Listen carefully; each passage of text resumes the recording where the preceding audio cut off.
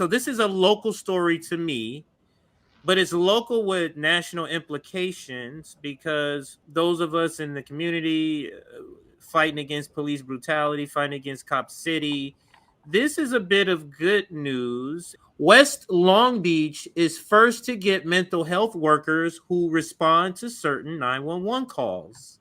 So this is sort of defunding the police, where we're reallocating sources for health workers. This is a pilot program that's out here in where the RBN Long Beach chapter is. That's why I saw this and I was like, wow, this is actually some good news. So I wanted to at least report on it and get your thoughts. This is going to be literally a quick story. It's like a 4-minute, Hey, 5-minute CJ. story here. Go ahead. I'm sorry to interrupt you. I have my show in about 29 minutes. Would it be okay if I don't know if anybody had questions for me or anything, but I just dropped the Caitlin Johnstone link, the wizard, the video that Zink mentioned that she did, and then also the Shoebridge video. If you want to drop those in the chat, but if you don't mind, I need to bounce out so I can get ready for my show. But let's shout that out though. Shout out your radio show so people know to go, because we're gonna be off air before it starts. Yeah, so people I'm terrible will be at able to finish up self-promotion. here. Yes. Okay. So I have a show on TNT Radio, Monday through Friday. Tonight I'm actually interviewing the director of the latest Assange documentary called The Trust Fall, Julian Assange. So that should be a really good conversation. Obviously, it's one I'm looking forward to. Next week I have Jimmy Dore. We're working on George Galloway. I have a lot of really cool people on. CJ's been on recently. Awesome. Kit's been on recently. Zink's been on a couple different times. It's Monday through Friday, 6 p.m. TNT Radio. You can go to tntradio.live. They also have an app on Apple and Google and all that stuff. And there's a chat. If you guys want to, I missed the chat. I missed doing YouTube because I missed the chat. So if you guys ever want to come hang out in the chat, I usually check the one that's on the app, which I think is also connected to the website. But I would love to see you guys there. And thanks for having me, CJ. I appreciate this.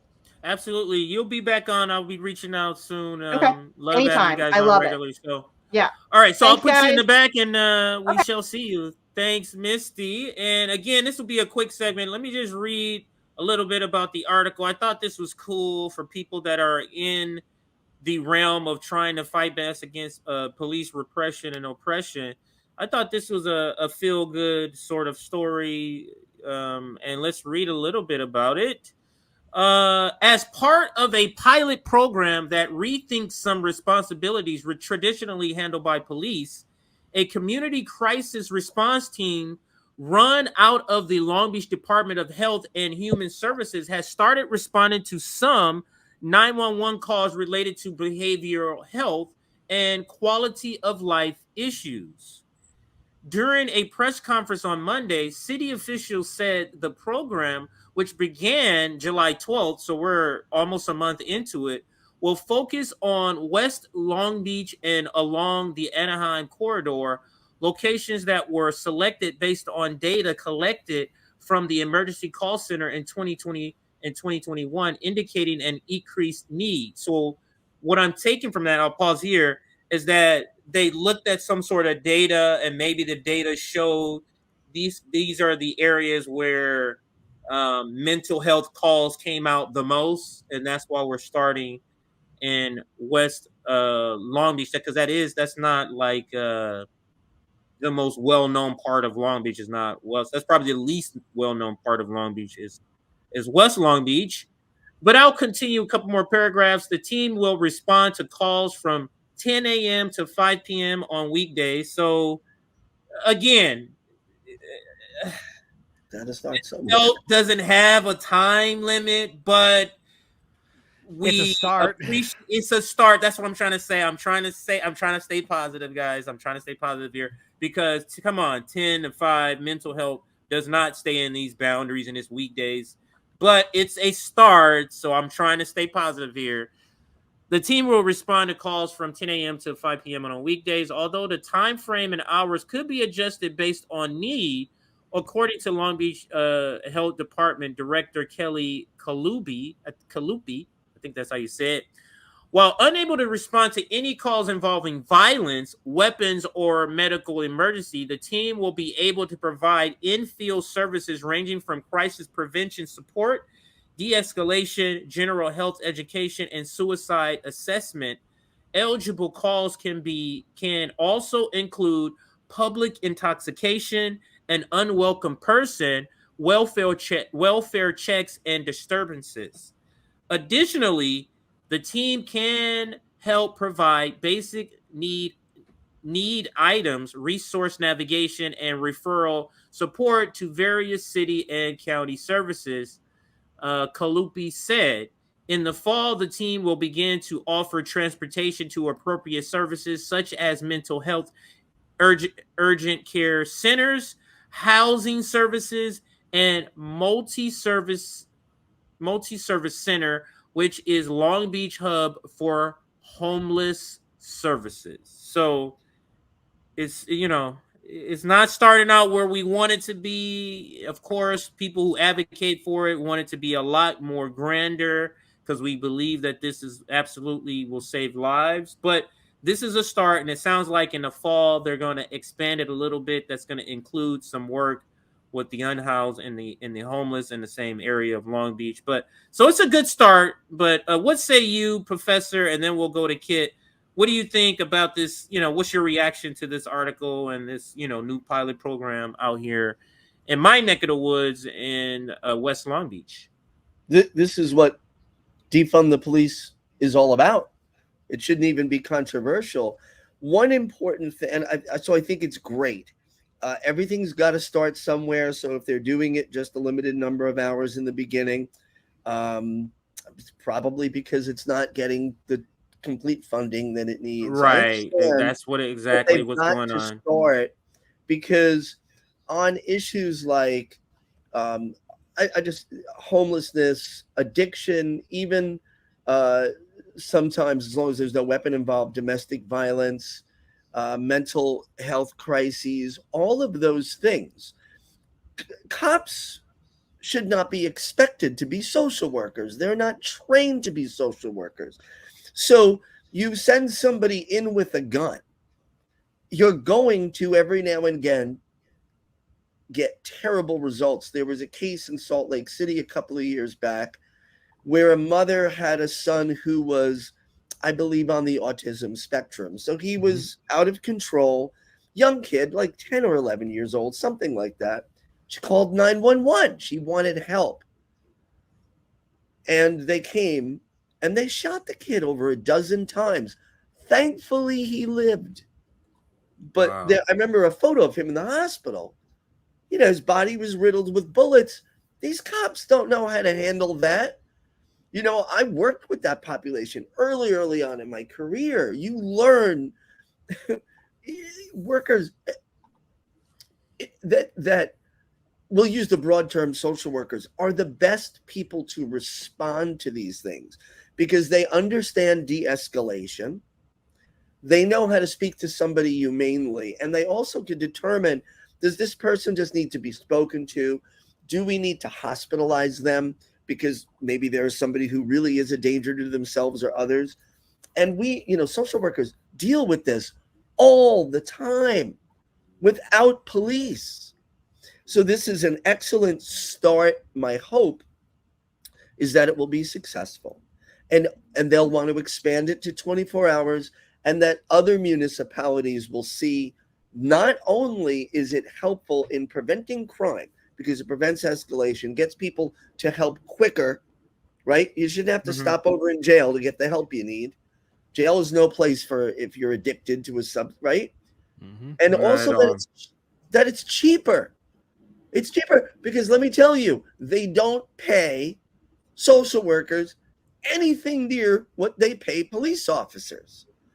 So your municipalities will save so much money and allow police to do literal, I have problems with policing, but to do literal police work, like if a store was held up or, significant crime that their detectives are able to deal with, not this stuff. And it's very important that when this is duplicated, and it will be duplicated, that police departments don't use this to try to get money and hire the social workers themselves. Because I'm going to give a very clear caveat here.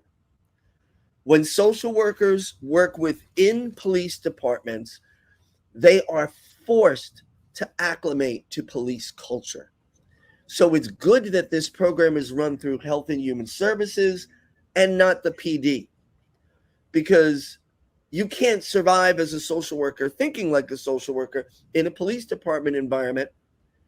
You acclimate to them, and that's not good, because I can see police departments salivating and saying, oh, we can get more money, we'll hire some social workers. No. It has to be separate and outside. So I believe, because I know a little bit about this story, I believe that was one of the things that was changed, because it was initially going to be out of, and it was like, no, this can't be Good. that, and it eventually was put outside. So I do, that is a great point. But go ahead, Professor. That's it. I think we need to do, be dealing with these issues so much easier. Somebody's on a park bench and they're homeless. Do they need to be unhoused? I get it. Do they need to be connected with services, or at least offered those services? Same thing with human trafficking, those who were forced into sex work, not those who were doing it on their own. They need to be connected with services. They don't need, so like one quick thing, like right now with human trafficking on Long Island and in other parts of New York, what they're doing is they're arresting the sex workers. Some of them are doing it voluntarily, but the ones that they're targeting aren't. These are people that were through force, fraud, or coercion pushed into the life of sex work. And they're being treated terribly. They're arresting them first. There's no reason to. All you need to do, this is the Portugal model with drug addiction. You don't have to arrest somebody. You walk up to them and you say, listen, we care about you. If you want help, here's a card. The clinic is over there. You're welcome on your own to come to it. Those interventions without police with a sidearm work far better. And they get people help quicker. And again, that help always has to be voluntary, Yes. And great idea. Kid, did you have any other remarks or any remarks on this idea? Is anything like this happening in Chicago or in Illinois? Because I know Chicago. Go ahead. No, go ahead, dude. No, what I was going to add is that because Illinois is this what I read? Yeah. Per capita has the second highest funding for police per capita. Is Chicago, I believe, or somewhere in Illinois. I can't remember the story I did. But so I'm curious to see if anything you've heard. And plus, the new mayor, that's the thing I was trying to remember. The new mayor-elect was first talking about sort of defunding or reallocating sources. But I'm not sure. I'm sure he's backed off this since now with pressure from corporations. But is anything like this being talked about if it hasn't been already introduced in your neck of the woods over there? So more than a decade ago, all 50 members of the Chicago City Council voted to endorse then Rahm Emanuel's proposal to shutter 6 of the city's 12 mental health clinics to help close a massive budget deficit, triggering, again, so many protests in the city. On January 25th, 2023, that was a serious talk during the Chicago mayoral race. So those mental health facilities are still shut down. We do have a lot of resources going to the Chicago Police Department. And in Cook County alone, in the city of Chicago, there are many nonviolent offenders that are still waiting for trial for nonviolent crimes. And of course, if you have a hammer and everything looks like a nail, that means also the mentally ill are being arrested and being put into Cook County, city of Chicago prisons, all of that kind of good stuff. So in Chicago, in my backyard, it's still an ongoing issue, and it's still a public issue that's being brought up now, even the most recent Chicago mayoral debate. And of course, we have Brandon Johnson, the quote unquote progressive, in office. And I have to say, I was not thoroughly impressed with his administration so far. I think his administration is mediocre at best. And Chicago is still operating without a real leader, but I say he's a little bit better than Lightfoot, but that's not saying much because Lightfoot set a standard of what it's like to be truly hated. As for mental health, for the previous story that you shared, this it looks like a beginning, but nationwide, there's still an ongoing problem. And again, in Chicago, Then Rahm Emanuel, Mayor Rahm Emanuel, who's now ambassador to Japan and under the Biden-Harris administration, shut down 6 of the 12 mental health facilities here in order to balance the city's budget, which is still struggling even to this goddamn day. I wish we had something like that here in this city, and any attempt that we do have is usually quickly dismissed, underfunded, or eventually gets absorbed with the CPD, the Chicago Police Department. It can't be absorbed with the police department. That's the most important thing. Yeah. So what we need is like national leadership that talks about this, even though the feds don't have a ton of control at all, really, over local PDs. Having somebody in office with a functioning brain and a functioning human heart and soul would be great to have them stand up and say, we are going to, all you have to do is let's throw some money there. We're going to have a federal program to give money to municipalities who do this model, which is separate from the police. I want to bring everybody's, there's so many names of people that were assassinated by the police, but one comes to mind as a historically should have been a transformational moment, and that was the murder of Eleanor Bumpers, a 66-year-old African-American woman in New York City by the NYPD in the 1980s. She was being evicted by the housing authority. She became belligerent because she didn't want to get evicted. She threatened them with like a small kitchen knife. So, but here's the thing. If social workers could have come, because I'll tell you, I've been in situations where people are agitated and belligerent, and you can talk to them if you know how. The police broke into her house and shot this 66-year-old woman dead with a 12-gauge shotgun. Oh, my God. So the slaughter has been continuing. It's happened before then, and it's been continuing for decades. These deaths never had to happen because cops are not trained or equipped to talk to people in these situations. And then they're armed. And so somebody in the federal government, again, like Democrats could take this lane.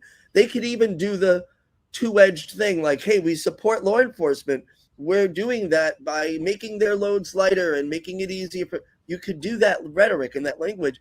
But where's the federal program to support this all across the country? See, Democrats don't care how many Americans, unarmed Americans, or just in general, are slaughtered by police. They never cared because this is an easy win for them. And they still won't do it. But municipalities doing it is a great start. Hopefully it catches on.